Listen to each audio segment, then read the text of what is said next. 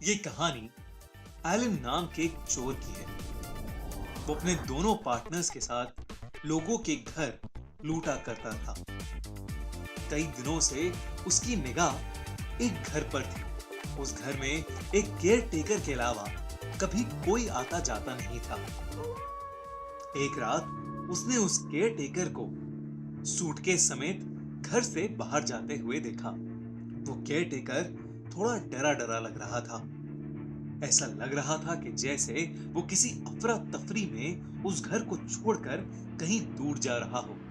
Elon के पास उस घर को लूटने का एक परफेक्ट मौका था, लेकिन उसके पार्टनर्स उस रात शहर से काफी दूर थे। एलन ने सोचा क्यों ना वो अकेला ही उस घर में चोरी छुपे घुस जाए। घर में घुसते ही एलन का मोबाइल नेटवर्क चला गया। पूरे घर में अंधेरा था। एलन टॉर्च लेकर जब घर के अंदर गया तो सब कुछ बिखरा पड़ा था। और तो और उस घर में एक अजीब सी बू थी, जैसे कोई चीज सालों से सड़ रही हो। एलन उस बू को बर्दाश्त नहीं कर पा रहा था।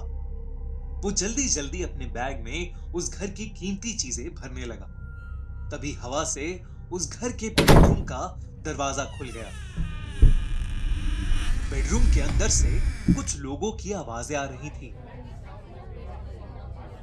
एलन एक सेकंड के लिए डर गया, लेकिन जब उसने बेडरूम में घुसकर देखा तो वहां कोई नहीं था। वो आवाजें बेडरूम के टीवी से आ रही थी, जिसे शायद वो केयर टेकर ऑन ही छोड़ गया था। उसके बाद एलन बेडरूम में छानबीन करने लगा। उसे अलमारी में रखी एक तिजोरी मिली, जिसे तोड़कर वो उसके अंदर के सारे पैसे और ज्वेलरी निकालने लगा। वो पैसे निकाल ही रहा था कि उसने सीढ़ियों से किसी के ऊपर आने की आवाज सुनी।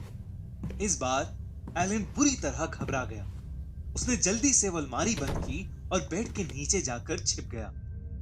कुछ देर में वो कदमों की आवाज तो बंद हो गई, लेकिन वो बू और स्ट्रॉन्ग हो गई। एलन बेड के नीचे से देख रहा था। उसे कमरे में कोई भी आता हुआ नहीं दिखा।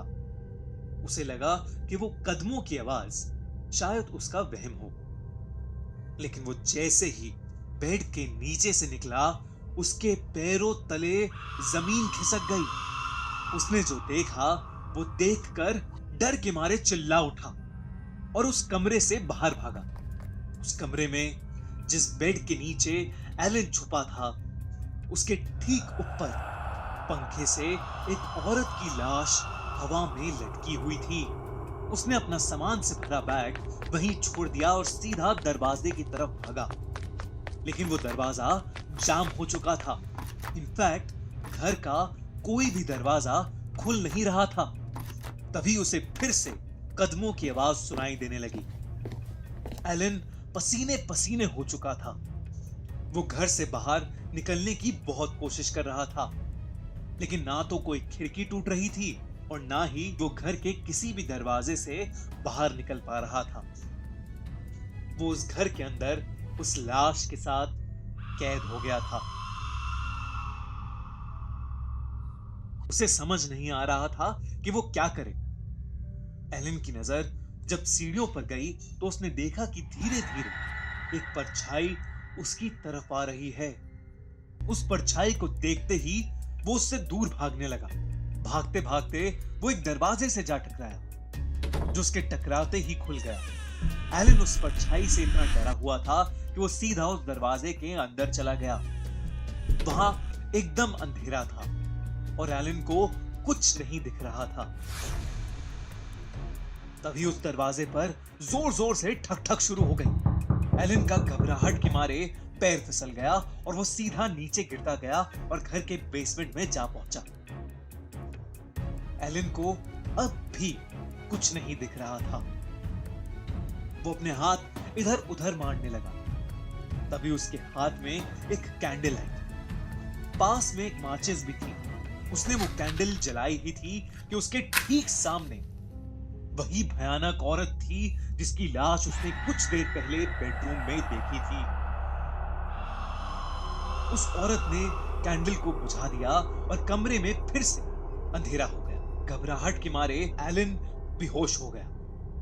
2 दिन बाद जब उसके साथी उसे ढूंढते हुए उस घर में पहुंचे तो एलन उन्हें बेसमेंट में बेहोशी की हालत में मिला।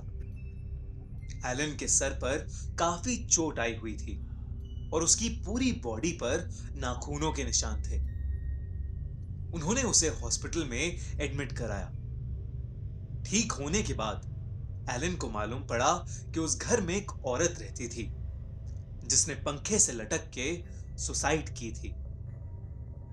एलन को तब समझ आ गया कि हो ना हो उस रात वो उसी औरत की आत्मा से रूबरू हुआ था और शायद इसी आत्मा की वजह से वो केयर टेकर भी इतनी जल्दी में घर छोड़कर जा रहा था।